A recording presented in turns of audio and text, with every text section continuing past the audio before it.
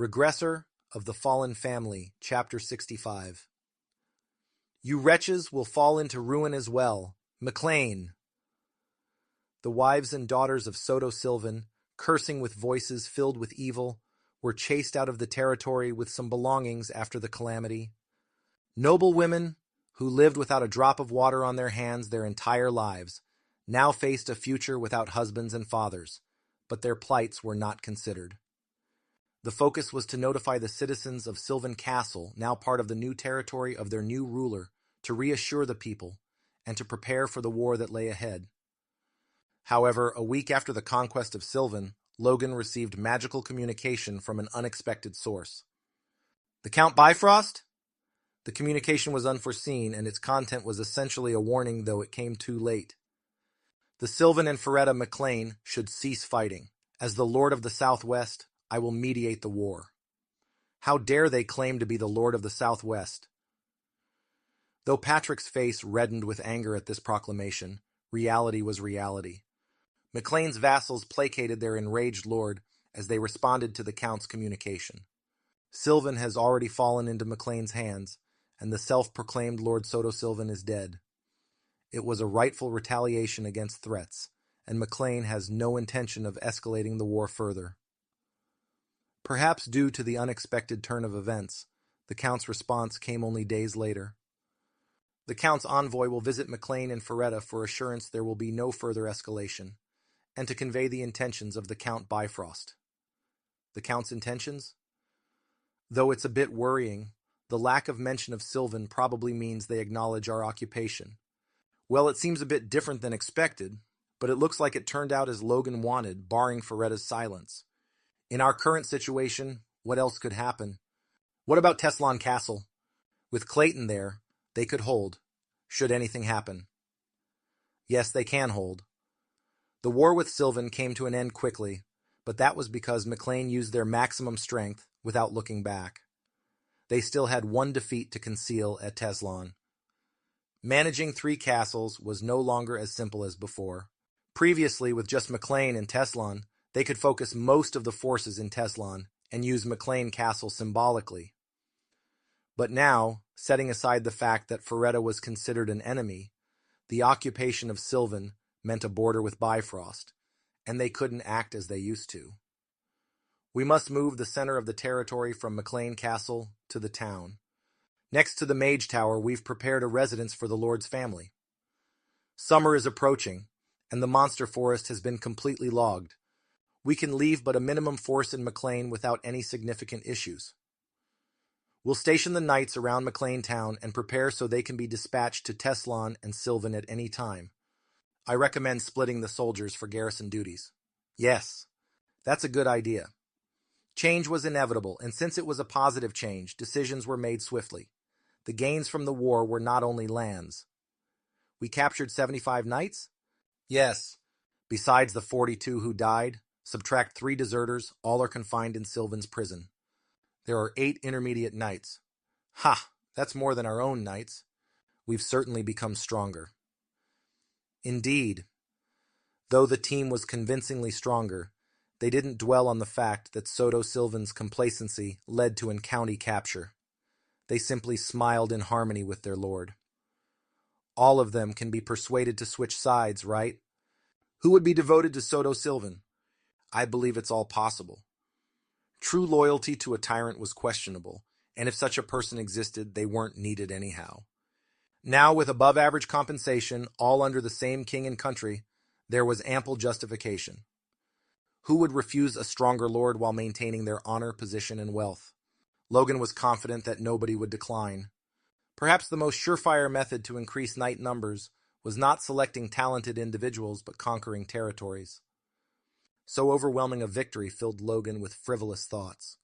If only Soto Sylvan acted with more caution, there would have been significant casualties. Fewer knights would have been captured, and enemy soldiers would have perished. Soldiers might become future knights. They were relatives, friends, lovers of the current citizens. Though overshadowed by the capture of over half the knights, the fact that over 1,000 soldiers surrendered alive was also an encouraging outcome. Everything exceeded expectations. It won't be this way next time. War should typically deplete resources, whether people or materials. And those who face McLaine next will not be as simple and direct as Soto Sylvan. Having subdued Teslan and now claiming Sylvan, others won't attribute it to luck. Logan cautioned himself not to get too intoxicated with victory and emphasized this to his father and the surrounding vassals. Nonetheless, smiles remained on the faces of McLane's leadership for a while.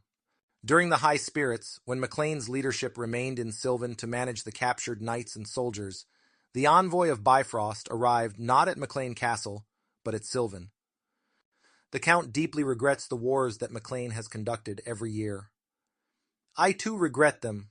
McLaine has been provoked by those around them after all. There may have been misunderstandings, and the Count knows this. He wishes to mediate before they worsen. Mediate?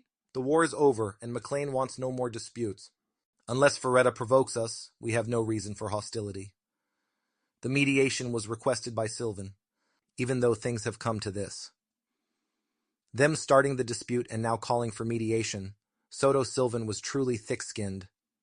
Upon Patrick's words, everyone in the grand hall nodded except for the envoy, whose next statement shifted the mood. The Count regrets neglecting the duty of a lord and not pursuing unity in the region, which led to these frequent clashes. As if it was some nonsensical talk, confusion filled the eyes of everyone. In light of this, on the upcoming 50th birthday of Lord Roger Bifrost, the Count, as Lord of the Southwest, wishes to meet the heirs of each family to discuss the future. Bang. Nonsense. Send heirs? Discuss the future? Does McLaine look like it would bow to Bifrost? The growl erupted with ferocity, and Sylvan's finely crafted armrest shattered under the burst of murderous intent. But the envoy, despite sweating profusely and staggering, did not avoid Patrick's gaze. If the Count wishes, those who prefer not to attend may abstain. However, gulp. Swallowing nervously, the envoy clenched his teeth and continued. Bifrost will only aid families who recognize Bifrost as Lord of the Southwest, and those who don't will have no part in discussing the future. A sophisticated way to threaten, indeed. But McLaine will not yield to threats. As Patrick's anger manifested into a formidable atmosphere pressing down on the envoy, Logan stepped forward with a smile. It might be entertaining to attend. Father, do what? I've sent the envoy off respecting your wishes. However, Patrick recalled the last moment in the great hall, his face flushing red. The prince is indeed astute. It was a sneer, viewing him as someone who couldn't grasp reality. No matter the excuse, it is impermissible for us to bow our heads to Bifrost. I'd rather die than let that happen. The unintentional surge of intensity heavy in the office. Even after I die, I won't allow it. But of course his opponent was Logan. Shall I bury you now? What? While scooping up a handful of dirt from a plant pot, Logan looked at his father, who could only stare back in astonishment. Let's hear what you were thinking then? With a sigh, Logan's response followed. We couldn't beat Bifrost no matter what we did right now. With 2 top-tier knights, 15 high-grade knights, and over 300 knights spread across 2 knight orders, the publicly known power of the Count's family, owning 5 castles and vast Bifrost plains, was overwhelming. The sheer difference in strength meant they couldn't win. Moreover, our situation may appear to be improving, but it's precarious. Far from the kingdom's center, previously uninteresting McLaine was now different. Having devoured Teslan and Sylvan successively, the current McLaine would undoubtedly have caught Bifrost's attention. With their lands bordering each other, any misstep out of pride could lead to being trampled. We need time to integrate Sylvan's knights, to decisively subjugate Foretta and to reorganize their forces. Time for him to master the 3 forms of the divine sword according to his growth, and for the knights to advance as well. The father would know this as well yet. The situation is different from other border lords in the region. If Bifrost uses their position as lord, others will resist. The state of affairs in Southwest had been quite complicated when McLane's ancestor committed misdeeds 4 generations ago. Despite quelling the rebellion, Bifrost failed to eliminate the old master's blood, and the royal family protected McLaine, conserving the lineage. Since then, unlike other border lords or lords, Bifrost couldn't demand subservience from southwestern nobles. It was unclear what tangled circumstances led to this reality, but Patrick's view held its own logic. Nonetheless, unbeknownst to him, the situation had slightly changed. Bifrost's northern neighbors, Percival and Luffman, have long been under Bifrost. This was confirmed during my visit to the capital. Though the confirmation came not from the capital, but rather from his past life, it was convincing enough to change his father's perspective. What? If there's backlash, it would mainly be Ferretta, which, as you know, is currently. How can that be? If we resist now, we might be crushed as an example.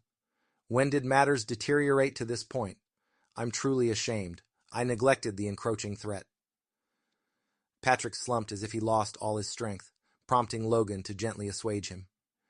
You needn't blame yourself. I only learned by chance at the capital. Our family's weakness has caused you to suffer. I'm sorry, my son. Essentially, it was acceptance of Logan's intent. Considering my skill, there will be no issue.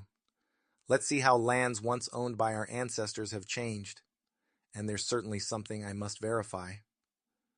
As he watched his father's bitter expression, Logan withheld his final words and simply swallowed them down. Master, is it true we're being sold off to enemy lands? It seemed the tale from Sylvan's Grand Hall had been distorted as it spread. Not long after returning to McLaine Town, Logan encountered Hammer, whose face was full of sweat and urgency, as if he had hastily rushed over. What kind of nonsense is spreading? If the master dies, what about our promise? My freedom? I'm not dying, and I'm not being sold. Disregard such baseless rumors, would you? But most of the ridiculous rumors about the master have actually been true. Unable to refute the point, Logan was speechless. Anyway, take this with you wherever you go. What is this? I couldn't properly finish the scabbard decoration due to urgency, but it's yours, master. I assure you it's functional. After placing the sword in his care, Hammer quickly turned and left. What is this? Be sure to come back alive. Bang. Without hearing a full response, Hammer stormed out the door and disappeared. Sheesh. I'm not marching to my death. Amidst exasperation and involuntary laughter, Logan's gaze naturally settled on the sword left behind by the dwarf craftsman.